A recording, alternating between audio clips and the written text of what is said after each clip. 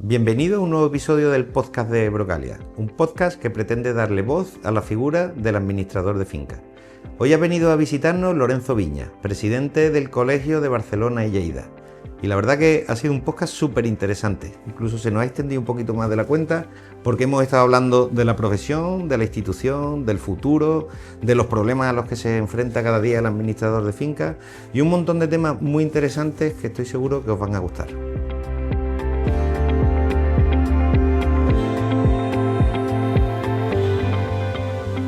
Lorenzo, gracias por venir.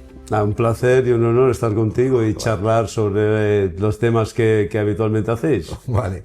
Vuelo Barcelona-Jerez, ¿verdad? Y aquí al puerto de Santa María, ¿cómodo? Vuelo Comodísimo, muy a gusto además. ¿Conocías la zona del puerto de Santa María? Lo conocí en un pequeño anterior viaje que estuvimos 3 días también un fin de semana. Me encanta vuestra tierra, me encuentro muy a gusto además por la simpatía y la hospitalidad que tenéis. Has coincidido además justo ahora Feria de Jerez, a ver si también tienes tiempo de pasarte porque es una feria también preciosa y es parte de nuestra cultura y te vas empapado de la cultura de aquí, de la provincia. Me encantarás.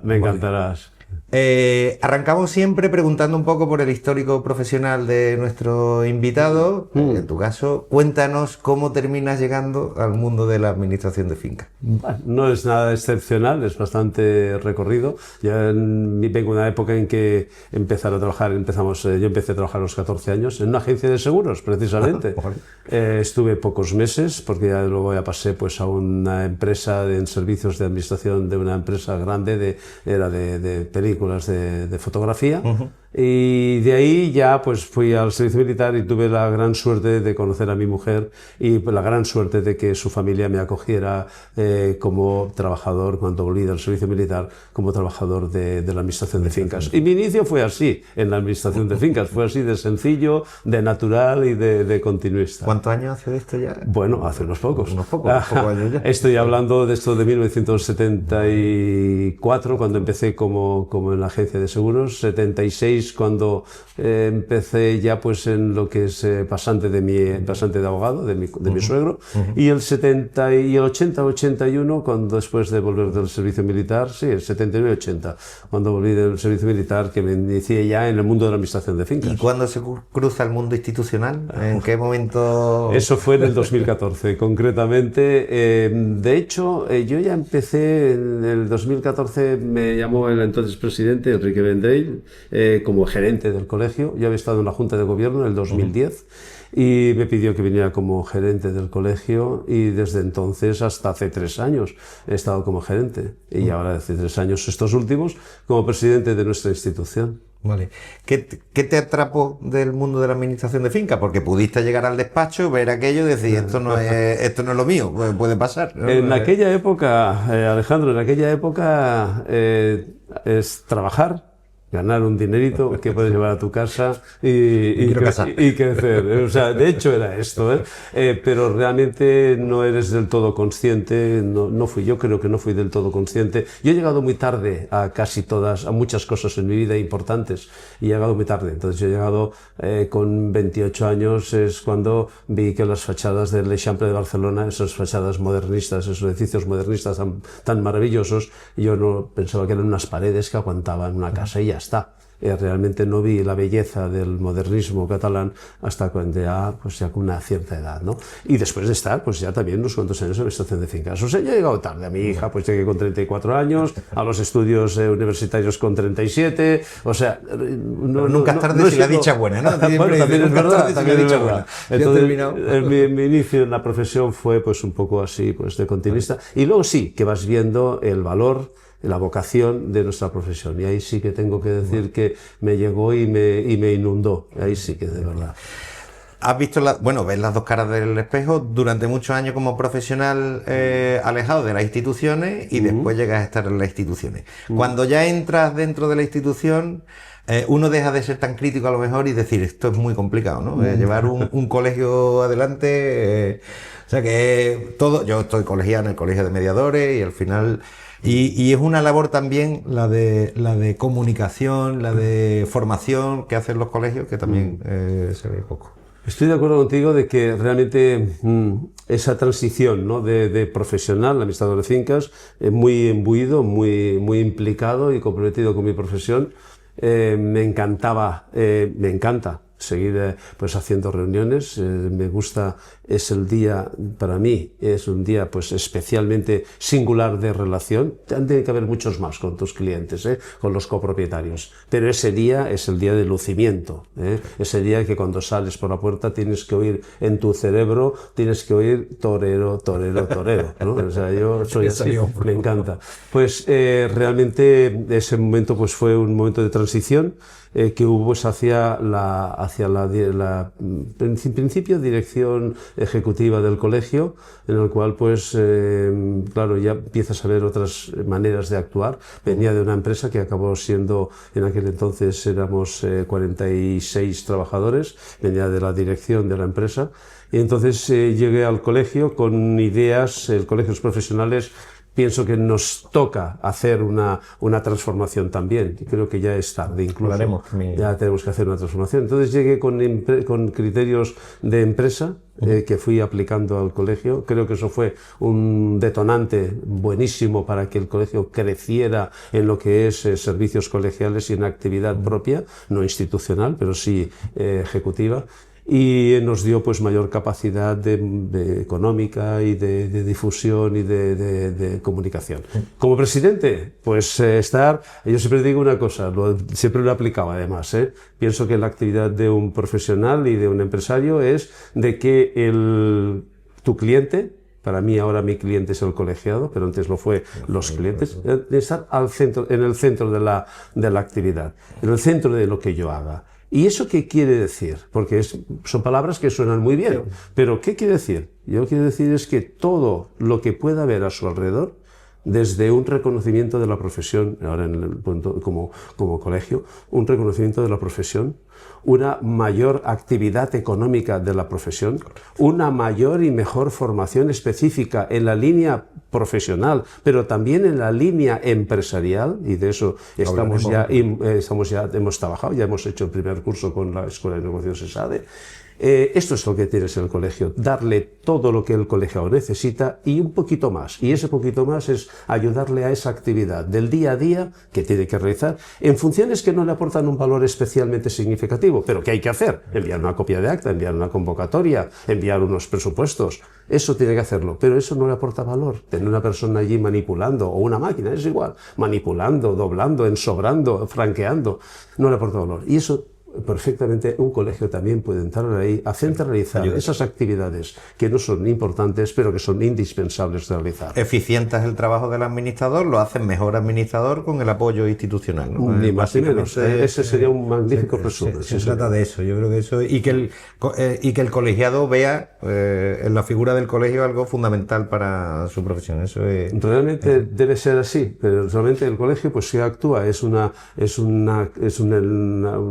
en la cadena de transmisión de estas administraciones públicas, no deja de ser hacia la ciudadanía y hacia su colegiado como un elemento más. O sea, el colegio y su colegiado actúan directamente dentro de esa cadena de comunicación. Con lo cual, ¿qué quiere decir? Que con las administraciones públicas, los colegios profesionales han de engrandecerse esas relaciones, han de hacerlas muchísimo más amplias, muchísimo más, diríamos, personalizadas, mucho más estrechas, podríamos decir. ¿Por qué? Porque todo lo que emana la administración pública tiene que llegar a la ciudadanía, a los propietarios y usuarios de vivienda, que a veces ya no son propietarios, son usuarios, son arrendatarios también, y a través de los colegios y de los colegiados, ¿no? Pienso que eso es nuestra labor esencial, es una de las labores, nuestro trabajo es esencial, nuestro trabajo es de un interés general.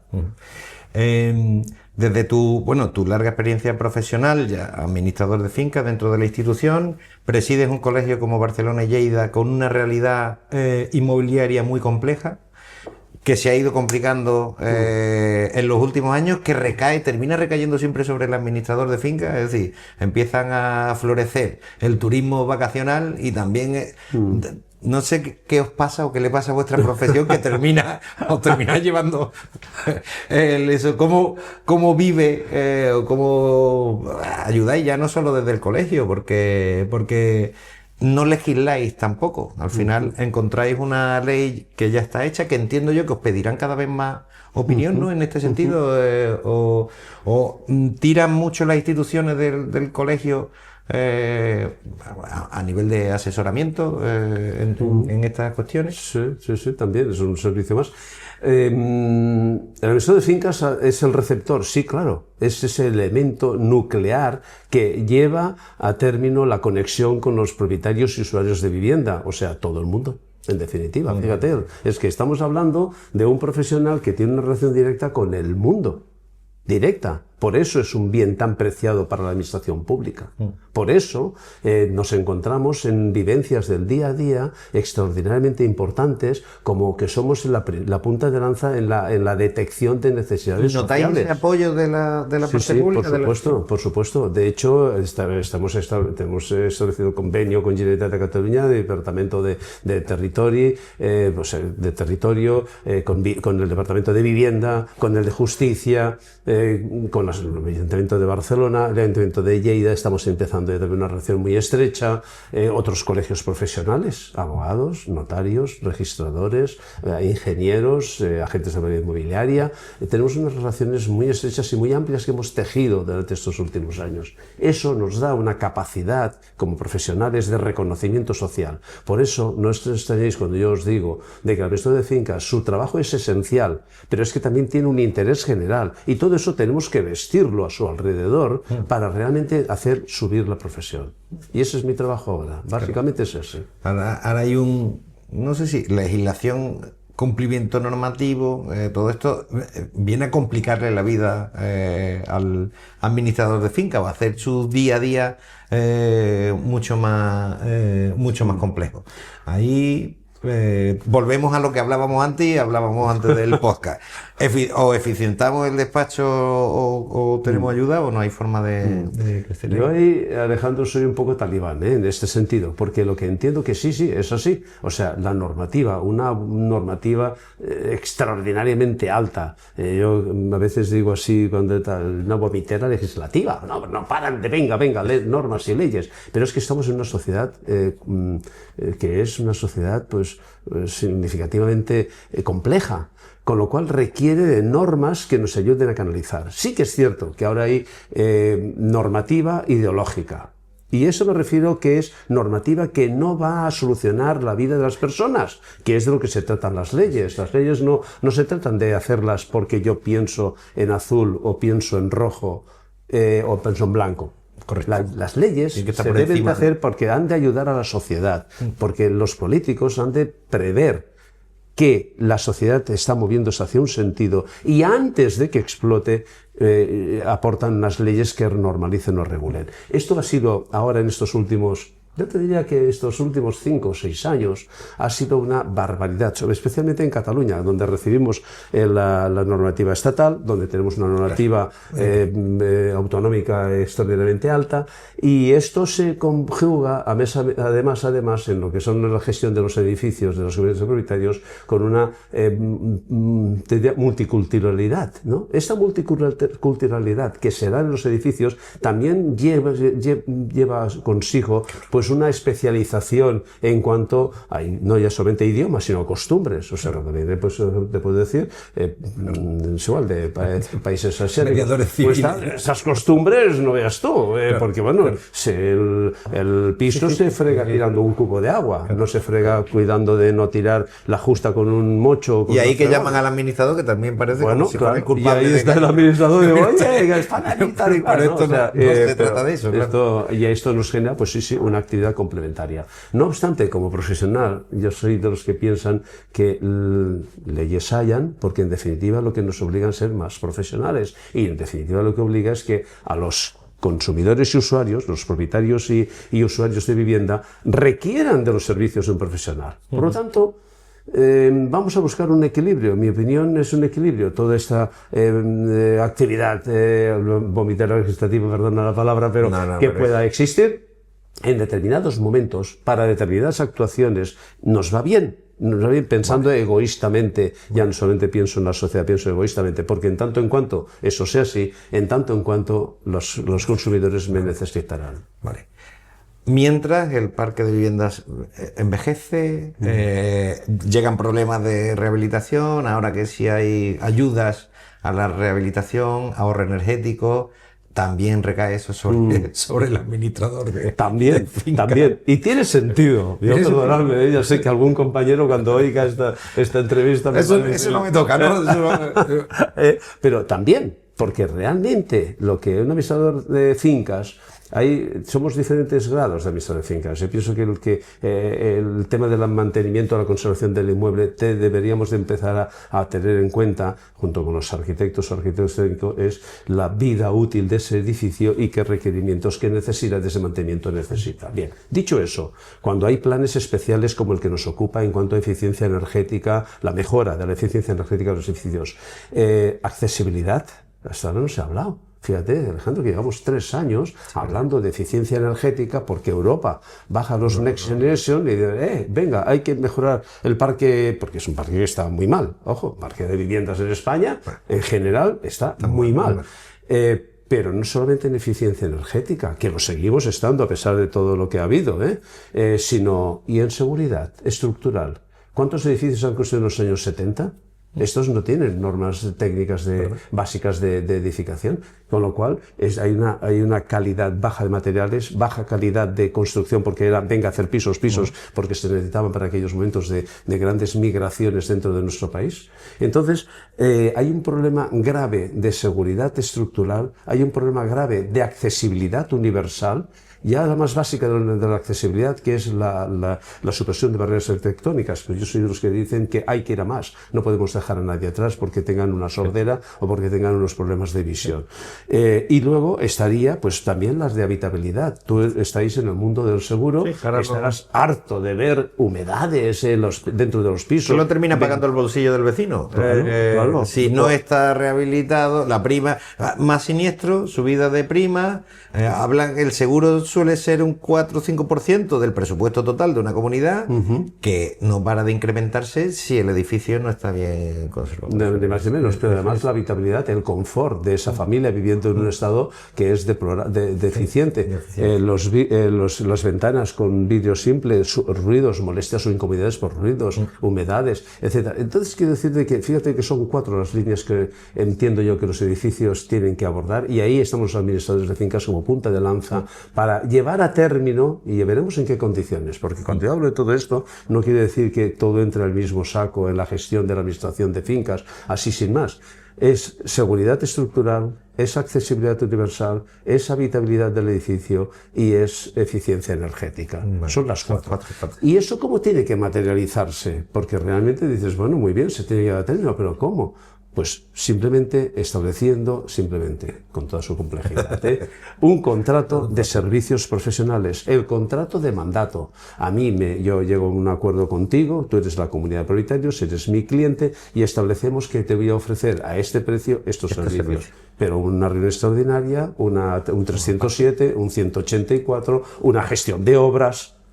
Eso no puede entrar todo en el mismo saco. Y perito. Por ejemplo, parte de gestión de seguimiento de los siniestros.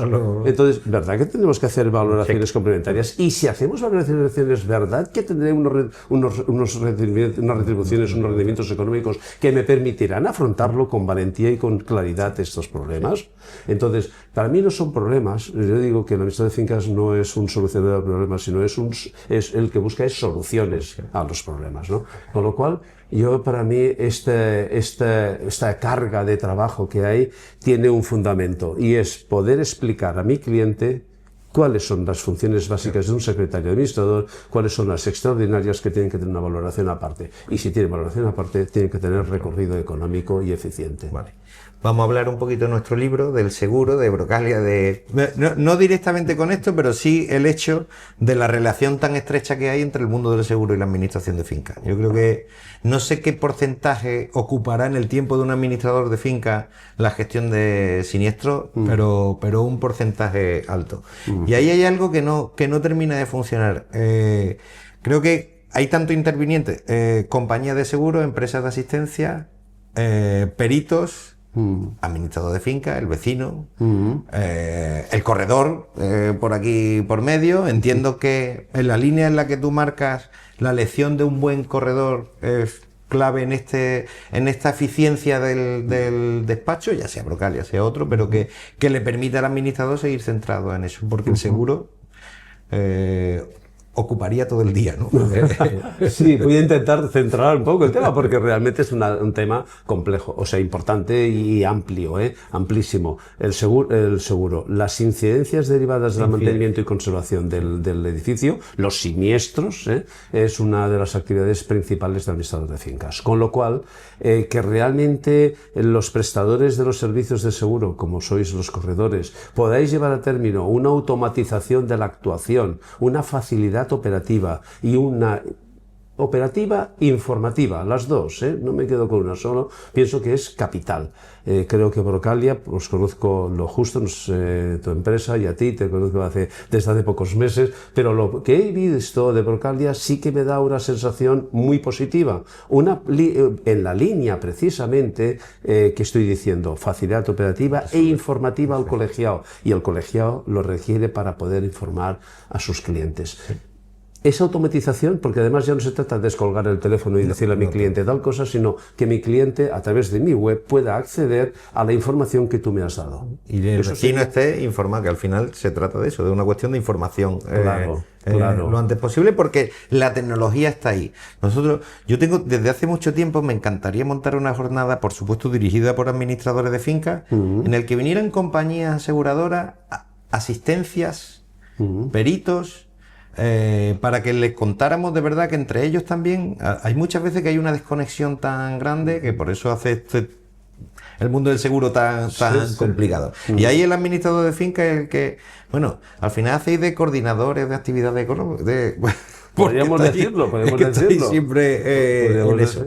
Y ahí tenéis mucho que decir, porque se obligó a, bueno, las asistencias que están muy bien, pero ahora de repente las compañías no dan abasto porque llegan las danas y el siniestro no se termina de arreglar, o debería de dar también más margen al administrador de finca, que es el que sabe cómo está el edificio. Ahí tenéis vosotros mucho también que ayudarnos. Un administrador de fincas conoce, o debe de conocer, la morfología de su edificio, debe conocer de los edificios que administra, debe conocer la idiosincrasia de los propietarios, de los usuarios, ¿no? Yo entiendo que un administrador de fincas no es solamente aquel que gestiona, que administra el inmueble en el apartado administrativo, en el apartado incidencias, sino también en el apartado convivencia. Entonces, para eso tiene que tener un conocimiento muy explícito de su cliente, que es las personas que habitan. ¿Sabes?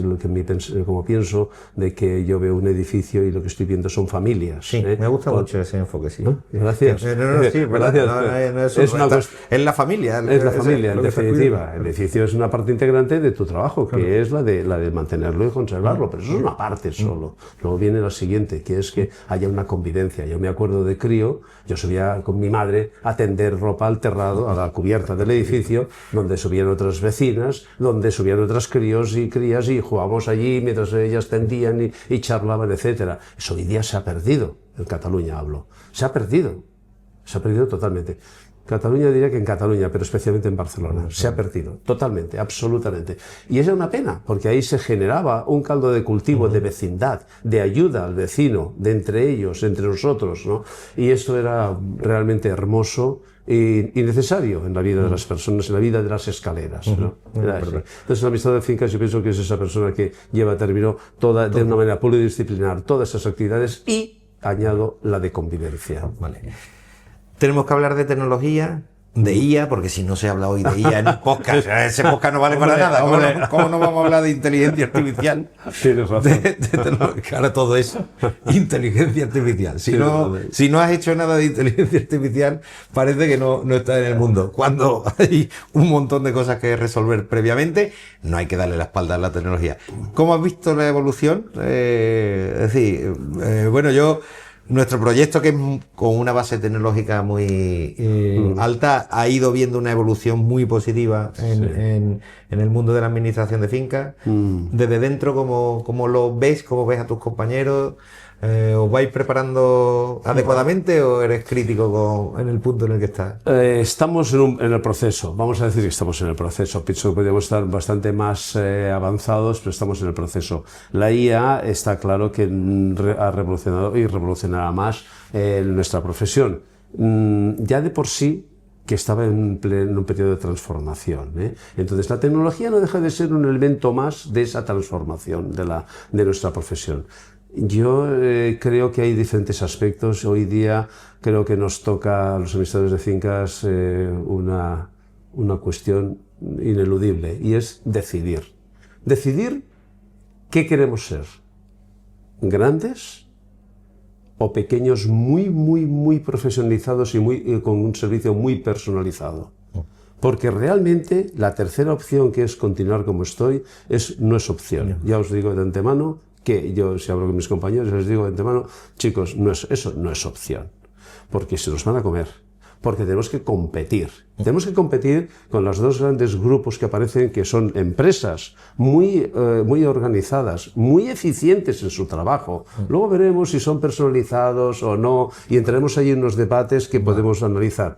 Pero sí que son eficientes, que tienen unos ratios de costes muy reducidos. ¿Y músculo financiero? Músculo financiero, porque tienen grupos de inversión detrás, fondos de inversión detrás, que aportan lo que sea necesario, porque son acciones que suben. De hecho, yo tengo que llamar la atención a algunos compañeros que siempre han dicho, uy, estos grupos que no tal, que son tal, y luego cuando llega a su edad jubilación, lo venden a ellos mismos, a los grupos. Y dicen, bueno, esta hipocresía pues no me parece demasiado bien. Pero yo es que no lo veo como unos enemigos, porque es que no pueden serlo, ni podemos completar como enemigos, son competidores. Y como competidores, lo que nosotros tenemos que hacer no es negar su existencia, sino que tenemos que hacer es crecer para mirarle a los ojos de tú a tú y competir. Y eso requiere de conocimientos perfectamente de eficiencia empresarial, requiere de organización y dirección de empresas, aplicado a nuestros despachos, a nuestras empresas,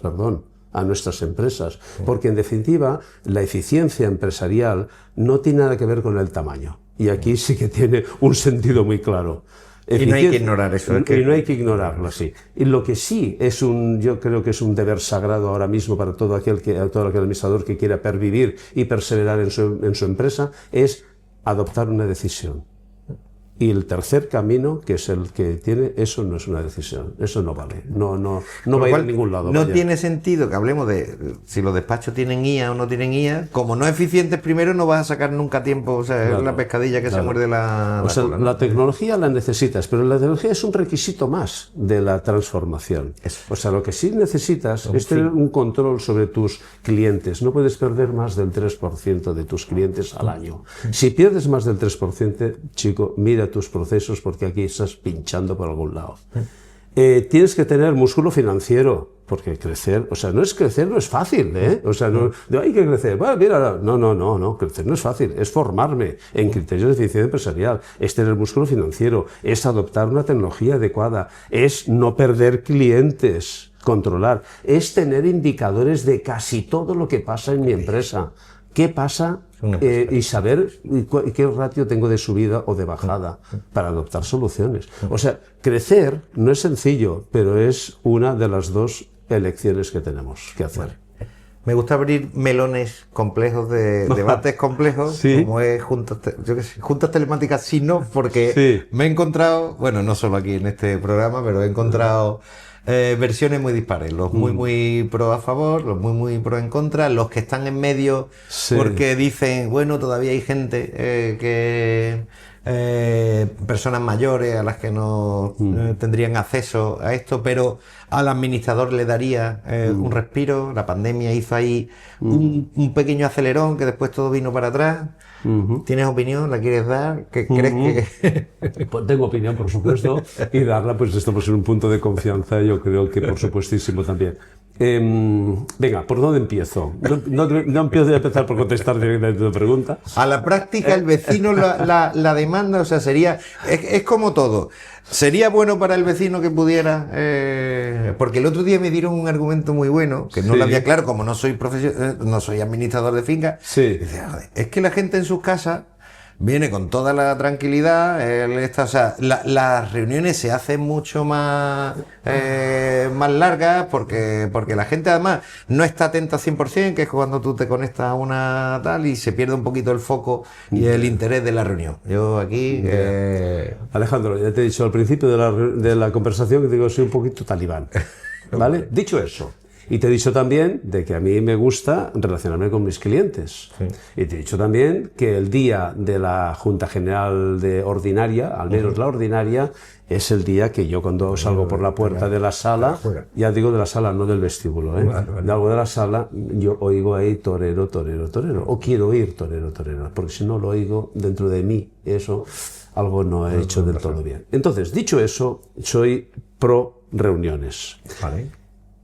Pero pro reuniones no quiere decir a las 8 de la noche, en un vestíbulo, que entra, sale gente, que abren la puerta, que pasan corriente. Hacer reuniones, hacer la Junta General de Comunidad de Propietarios, es en un lugar adecuado, en una sala, dentro del horario laboral. Y ahora ampliaré esto, por favor, dentro del horario laboral, con los ayudantes que sean requeribles si estas comunidades de 200 o 300 propietarios, pues con las ayudas personales de quien sea.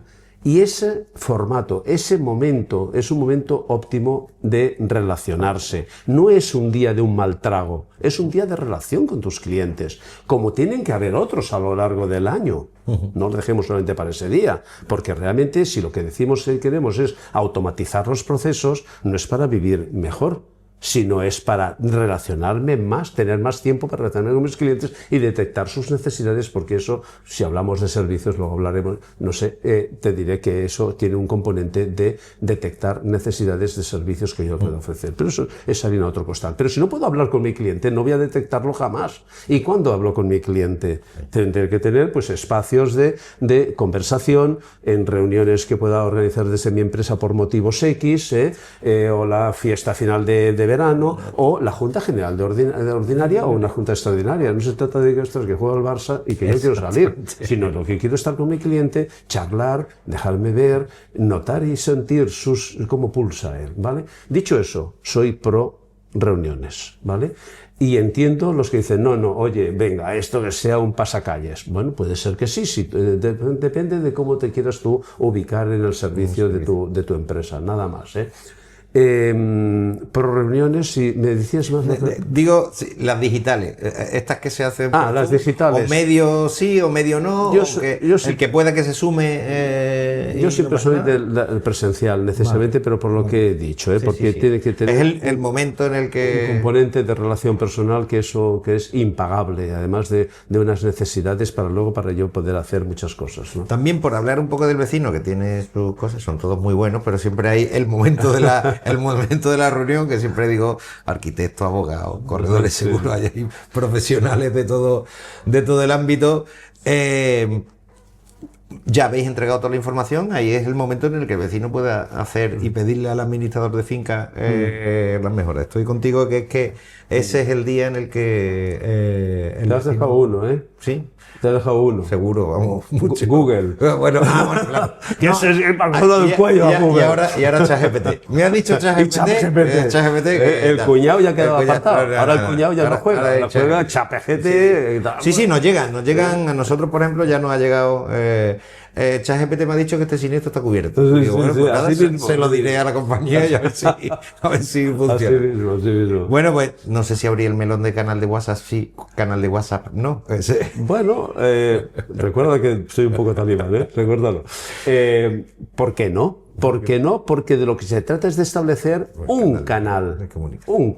¿Qué es WhatsApp? ¿Por qué no? Ordenado, sujeto a unas normas, horario laboral, que si está, y aquí la tecnología, IA, puede entrar perfectamente para discriminar aquellos mensajes inútiles o que no tienen una importancia o una urgencia, de aquellos que sí que la tienen y que hay que canalizarlo y hay que gestionarlo. Entonces, WhatsApp, pues ¿por qué no? Ordenado, organizado y discriminado por una IA que te ayude a todo ello. ¿Por qué no? A mí me gustaría otro sistema, pero ese pues también. O sea, porque realmente el que haya una app que haya un WhatsApp, que haya una entrada pues a través de la web de mi empresa, pues todos canalizados en un punto de centralización que es la IA, y este para aquí, este para el lunes, este para ahora, este corre para los bomberos. Pues ¿por qué no? Sí, ahí hablaban mucho, hay empresas que están haciendo desarrollo interesante en buzón único, que el vecino te ataque por 7 sitios distintos, pero que todo termine en un mismo punto que le haga la vida más fácil al administrador, ¿no? Yo, perdona también, Alejandro, más fácil no, sino que me permita operar con la máxima eficiencia en cualquier línea de comunicación. Claro. O sea, fácil o difícil, hombre, que si la IA me permita rebajar los enteros, pero realmente no voy a discriminar porque sea un caso complejo o no, sino por o difícil de actuar. A veces a mí me ha pasado personalmente de que un tema que te viene torcido, te viene cruzado y se queda ahí, y un día, y otro día, y por la noche no puedes dormir. Sí. Además, castigado, te castigas, ¿no? Por ese caso que no sabes qué hacer. Bueno, sí, perdón, ya sabes qué hacer, pero te falta el feeling para hacerlo, sí. ¿No? Porque es un vecino incordio, porque es no sé qué, ¿no? Yo pienso que todo esto tenemos que ser capaces de tenerlo organizado, planificado con anterioridad y que entre en el circuito aséptico. Yo a veces lo he hablado muchísimo con mi familia, coger los asuntos de forma aséptica, ponernos unos guantes, y esto se hace así, pam, A, B, C, D. Pues A, B, C, D y D, y sí, punto pelota. Sí, porque la implicación emocional, que le pasa un poco a los médicos que dicen, joder, qué frío está, pero claro, es que hay dos temas muy recurrentes en estas charlas que tengo con vosotros. Sí. Uno es la implicación emocional y el desgaste emocional que supone. De hecho, tuvimos una administradora de fincas que era psicóloga y le dije, te tiene que venir muy bien ser psicóloga. Sí, realmente. Que se une también con la parte de conciliación porque es una profesión muy absorbente. Entonces, o sea, tienes que estar preparado mentalmente. Sí, Alejandro. Yo pienso que la salud mental es algo que tenemos que tener en cuenta cada día más en nuestra profesión, y por varios motivos. No solamente porque tienes al vecino allí machacándote, vecinos que a veces con unos elementos absurdos que te hacen gastar un tiempo, dedicar un tiempo que necesitas para otras cosas necesarias y urgentes, sino también. Y aquí es donde el punto, porque que yo me gusta decir que somos la punta de lanza en la detección de necesidades sociales. Y esas necesidades sociales son desde vulnerabilidad, es hasta violencia de género, por síndrome de Diógenes, las vemos de tantos colores, somos tan conocedores de nuestros clientes que realmente eso también nos afecta a nosotros. Yo cuando leo de que no, es que los discriminadores de Instagram, pues que cogen unas depresiones, pobrecitos, porque ven barbaridades y tal, o TikTok, ven unas barbaridades, pero burradas y tal, no me extraña, esa gente tiene que acabar enferma. Bueno, pues nosotros estamos en un punto, tanto por la presión de nuestro trabajo con nuestros clientes, como por cosas que vemos y que no sabemos no nos atrevemos bien a canalizar hacia la denuncia hacia los poderes públicos, ¿no? Y eso también nos está afectando. O sea, salud mental, sí, estamos muy necesitados, es verdad. Sí. La pregunta te voy a hacer, me sé la respuesta, voy a decir que sí, como no podía ser de otra forma. Defensa de la colegiación, sí. Pero además hemos tenido tiempo antes de charlar sobre esto, me lo has explicado de una forma no estarías en el puesto que estás si no fuera de ese modo, pero se te ve convencido de verdad que no hay o sea, que no es que no haya futuro, pero que el futuro de la profesión sigue pasando por la colegiación. Mi opinión, sí. La colegiación obligatoria. A mí me gusta decir la reserva de actividad. La reserva de actividad en nuestra sociedad para que los administradores de fincas puedan administrar fincas siendo colegiados, administradores de fincas colegiados, es ineludible. Pero es ineludible por varios motivos. Porque fíjate que el colegio profesional lo que conlleva es una supervisión de la buena praxis profesional. Una supervisión y una sanción. Si no se hace bien, ojo, atiende a la ciudadanía y recoge sus inquietudes y las traslada en un expediente deontológico, en un expediente disciplinario que el 80% acaba en el archivo porque no tienen fundamento, también te lo digo, pero ese otro 20% pues requieren de una mejora deontológica. Porque además hacemos una formación desde los colegios profesionales, una formación muy especializada de altísimo nivel. Y eso no se consigue en una escuela o en una universidad, se consigue desde profesionales, compañeros, que exponen sus maneras de actuar, donde se han equivocado, donde están bien.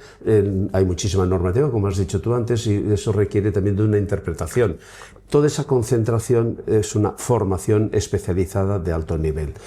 Y la tercera, y en mi opinión, los colegios profesionales ofrecen una garantía a los consumidores y usuarios. Tenemos unas pólizas de seguro de RC, de seguridad civil, de caución, que lo que hacen es proteger al consumidor y usuario. Esas pólizas, con esa amplitud de capital, es imposible que una persona no colegiada pueda mantener la prima, pueda pagar una prima de esos niveles, ¿no? Con lo cual, ¿quién se desprotege? El consumidor y el usuario. De hecho, en Barcelona tengo pues, una gran satisfacción de denunciar que hace 1 año y medio firmamos, sí, 1 año y medio, un poquito antes, un poco menos, 1 año y pico, firmamos un convenio con la Agencia Catalana de Consumo, porque ellos, las quejas que vienen de las personas contra las personas no colegiadas, realmente no se hacía nada. Entonces, dejadme a mí. Yo, sujeto a derecho administrativo, como corporación de derecho público, yo voy a instruir un expediente disciplinario y luego te lo voy a dar para que tú sanciones o no en lo que tú consideres. Pero déjame que se nos escape de rositas, porque yo a los míos ya los pongo en vereda cuando toca. Entonces, a esos otros que hay, algunos, no hay muchos, ¿eh? O sea, realmente hablo de Barcelona ciudad, se habla muchísimo del intrusismo profesional, pero realmente en Barcelona ciudad no hay tanto como puede haber en otros lugares quizás, no lo sé. Pero en cualquier caso, era gente que se escapaba de la sanción. Entonces, bueno, yo te lo instruyo, te doy, tú sancionas. Entonces, en ese sentido, el colegio profesional es válido. Y una cuarta, que son los servicios colegiales. Cuando te hablo antes de que yo pongo al colegiado al centro de mi actividad y le doto de todo lo que necesito en 360 grados. Una de esas necesidades no solamente es reconocimiento profesional, formación, control de la buena praxis, elevar la profesión a los niveles que requiere la sociedad y darla a conocer, sino es ayudarle en ese día a día en las acciones que no le aportan un valor añadido, te he dicho antes. Entonces son 4 las funciones que yo digo que un colegio profesional es indispensable. Yo creo, a ver, nosotros además decidimos en su día trabajar con administradores de fincas colegiados, por un poco porque al final se les requiere una formación, se les requiere unos conocimientos y por ahora la verdad que nos ha ido bien. Me alegro. Nos gusta terminar con un par de bloques, una de verdadero o falso. Preguntitas así muy... ¿Alguna verdadero o falso o no? Hay camino intermedio. Y hay un bloque final que hemos metido que el anterior invitado nos deja una pregunta para el siguiente. Vale. Y ahora te diré. Y además, no sabía que venía el presidente de un colegio, pero creo que viene muy bien tirada, ¿eh? Entonces, arranco con esta de verdadero y falso. El mayor problema de muchas comunidades no es la falta de dinero, sino la falta de decisiones. Verdadero. El administrador de finca debería tener más autoridad legal para desbloquear determinadas situaciones urgentes. Absolutamente verdadero. Absolutamente. Ahí os quedáis bloqueados muchas veces y afecta a toda la comunidad. Pero fíjate de que además cuando vamos... Perdona, ¿puedo extender un poquito? Nada, si no, adelante. Escucha, realmente nosotros podemos hacer una recomendación de una inversión determinada para una rehabilitación de un edificio o para cualquier otra cuestión jurídica, técnica, y cuando hablamos de eficiencia energética, cuando hablamos de rehabilitación estructural, cuando hablamos de unas inversiones que tiene que hacer en la comunidad, los propietarios, les ofrecemos nuestra opinión. Pero no hay una ley que nos dé un amparo. Con lo cual, claro, nuestra recomendación es esto que estamos viendo de que tenemos una vida útil del edificio en 25 años, pues chicos, toca hacer la fachada, o toca hacer una impermeabilización de la cubierta, ¿no? O toca hacer lo que corresponda en los patios, ¿no? Entonces, toca ahora, o toca el año que viene. Bueno, toca ahora no, toca el año que viene o toca dentro de 2 años, porque es prevención más que reparación. Derrama. Y entonces, claro, y ahí viene derrama, claro, porque además no hay otra manera. Es decir, es que no nos atienden en ese momento y cuando llega el momento el problema es mucho mayor y entonces corre porque hay goteras, por ejemplo, o corre porque hay cualquier otro problema. Entonces, si tuviéramos una norma que amparara el cumplimiento de esos 25 años, de las exigencias de mantenimiento a lo largo de esos 25 años, que para mí es la vida útil del edificio, y cada 25 años se tiene que haber recorrido, sería mucho más fácil. Porque sería como el ascensor, chicos, que cada 2 meses toca una inspección técnica. ¿Me entiendes? No es algo que yo elija ni que os diga, no, es que toca. ¿Me entiendes? Eso sería necesario. Entonces, verdadero, absolutamente. Vale. El propietario pone en medio, el propietario no sabe realmente qué trabajo hace su administrador. Desconoce mucho del trabajo oculto del administrador. Pero eso es verdadero. Pero eso es porque no lo hemos sabido explicar bien. Y no lo hemos sabido explicar bien porque no tenemos tiempo de explicarlo. La pescadilla que se muerde la cola y siempre estamos igual. Entonces, tenemos que generar tiempo y eso se hace pues haciendo una automatización de procesos, de algunos procesos, contabilidad, gestión de archivo documental. Hay una serie de procesos, externalizar aquellos que no aportan valor. Y entonces, tener tiempo de poder hablar con mi cliente, explicarle qué hago, cómo soy y tú qué quieres, qué necesitas. En seguro de comunidades muchas veces lo barato acaba saliendo caro. Siempre. Verdadero y siempre. Con todo en general. Bueno, como casi todo en todos los lados, en todas las cosas, ¿verdad? Vale. La morosidad debería tratarse con más rapidez y menos tolerancia social. Es complicado esto, ¿eh? Hay gente que no paga porque no paga. Claro, es complicado. Creo que es, en principio me decanto por lo verdadero, ¿eh? Pero fíjate de que realmente la comunidad de propietarios nunca es morosa, nunca, jamás. Esto fue una cosa que defendí ante el Banco Sabadell y la Generalitat de Cataluña. Banco Sabadell, antiguamente, hace unos 12 años, 13, los bancos tenían un miedo horroroso, riesgos, dependiendo de riesgos, a las comunidades propietarias porque no tenían personal jurídica. Yo decía, pero escucha, es un absurdo porque las comunidades propietarias puede haber un moroso, o 2 o 4, pero la comunidad de propietarios no es morosa, nunca. Con lo cual, me vino bien para coger a la Generalitat de Cataluña, la secretaria de Vivienda, de Habitatge, y decirle, sentarnos junto con una representación del Banco Sabadell, nosotros, el colegio estaba en medio, venga, oye, empezar a hablar, a ver qué avales le podéis dar al banco para que se hagan los préstamos a las obras, ¿no? Entonces, esto ha sido así, pero es que antiguamente lo que se reunía en la comunidad de propietarios y los vecinos, por eso que en el terrado subían las mujeres, atender ropa, no entre las señoras, no la misma, pero eran mujeres, en mi época, que ella tenía 5 años, 6 años eran las mujeres, tener ropa, se hablaba y había una comprensión vecinal. Y eso hoy día no pasa, con lo cual, verdadero, pero porque no tenemos aquella comprensión vecinal que teníamos hace 50 años. Muchas veces han sido las propias bancos los más deudores con las comunidades. Bueno, de hecho ahora no es así, pero los bancos llegaron a tener una deuda de 92.000 millones de euros a los propietarios en la época de la crisis, en el 2008, alcanzó a los 92.000 millones, pero fíjate tú. El gran problema no es el pobre del cuarto B que no ha podido pagar 2 cuotas. Ese no es para nada. Y además es las dificultades, porque cuando había autoadjudicación, los señores de los bancos lo que no hacían era no inscribir esa adjudicación, esa autoadjudicación en los registros de propiedad, con lo cual no tenías ni la posibilidad de instar una acción judicial de reclamación. Con lo cual eso ha sido un problema y que estamos todavía en ello, ¿eh? Estamos de acuerdo, además estamos trabajando conjuntamente con el Colegio de Registradores de Cataluña y el de España, estamos trabajando precisamente para intentar que haya un cambio legislativo en la ley de enjuiciamiento civil a efectos de que el juez que recibe una situación y expide un mandamiento de autoadjudicación, ese mandamiento vaya al registro de propiedad y haga una anotación preventiva, no de la inscripción, que eso es potestad de la persona propietaria, o sea, del banco, pero sí que haga una anotación al registro, con lo cual ya sepamos quién es el dueño y podamos dirigirnos al dueño.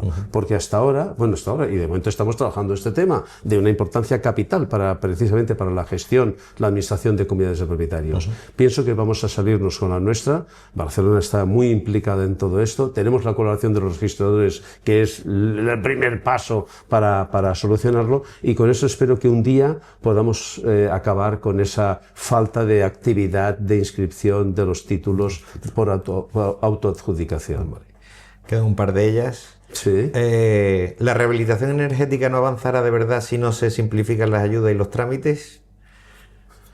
Verdadero, con matices también. Perdona, no puedo contestar la No. Es verdadero, desde luego, pero hay matices. Sí, es verdad que hay una exageración de normativa. Te lo digo porque lo he vivido desde estos últimos 3 años muy directamente. Nosotros somos Oficina Técnica de Rehabilitación de forma exclusiva y excluyente en Cataluña, donde revisamos los expedientes por nivel administrativo, y te digo de que es compleja, pero si hay un colegio profesional que ha hecho un convenio con la Generalitat, en este caso con la comunidad autónoma, y en el cual somos nosotros los que trasladamos esta información a los colegiados y les ayudamos en ese procedimiento, la situación decae mucho. Entonces, sí es cierto, hay una legislación compleja, unas normas que además en ocasiones no saben dónde está la mano derecha de la mano izquierda, no se sabe, es verdad, pero también digo de que si hay un departamento implicado, como es un colegio profesional, para dar solución a sus colegiados, eso se simplifica bastante. El administrador de fincas del futuro se parecerá más a un director de operaciones que a un gestor administrativo. Por supuesto, verdadero, absolutamente. De hecho, el administrador de fincas del futuro será un magnífico director de empresa. Ha de serlo. Ha de serlo. Ha de serlo. Eso es seguro. Y ahora viene la pregunta de la anterior invitada, que yo creo que nos daría para un podcast seguro entero otra vez. Porque se ha dado la circunstancia, eso, que ha salido en la prensa, noticias muy alarmistas sobre la figura de administradores de fincas y tal, y ella preguntaba, ¿de qué manera podríamos ser capaces de hacer brillar el trabajo que hacemos? Porque no está nada valorado. A María José la voy a coger porque me voy a contestar ahí. Necesito media hora para contestar esa pregunta. Pero bueno, es larga.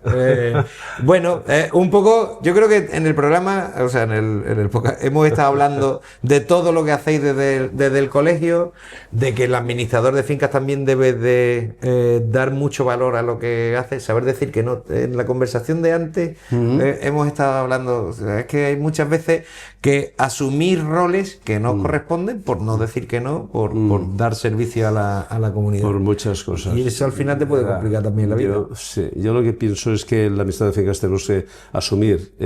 Para mí, fíjate, no es un resumen, pero pienso de que el contrato de mandato del servicio es un punto y aparte en la gestión que hay.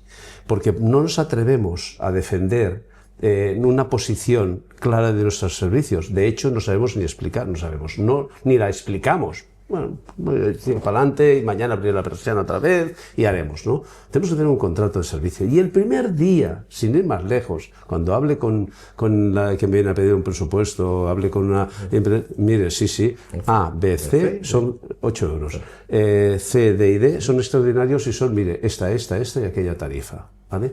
Entonces, y digo 8 euros, perdón, no lo digo porque sí, sino digo porque he hecho unos análisis de ratios de antes de mis costes, y esto hay un granadino que lo hace muy bien, de la Junta de Gobierno de Granada, que lo hace de coña, con lo cual eso me puede ayudar mucho. Paco Sánchez. He estado en sus ponencias. ¿Ah, sí? Sí, estuve en Valencia.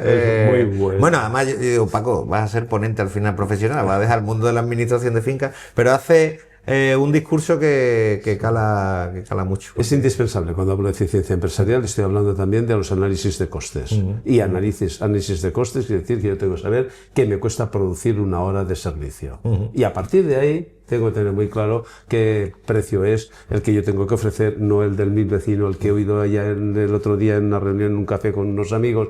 No. Es el que... ¿Qué comunidad rentable? ¿Cuál no es? Claro, y más es indispensable. Entonces, a lo que voy a decir que, contestando a María José, la pregunta que nos ha hecho la amiga, es decir, si partimos de la base que yo puedo decir, si yo soy el que marca el camino en las relaciones con mi cliente, porque yo soy el experto, realmente el día a día, que es muy duro, que sí, que lo es, se convierte en más llevadero. Por lo menos yo llevo la batuta. Yo digo qué, cuándo, cómo y cuánto. Vale. Y eso es indispensable para salud mental, para ser eficiente en mi trabajo, para dar un resultado que satisfaga a mis clientes. Vale.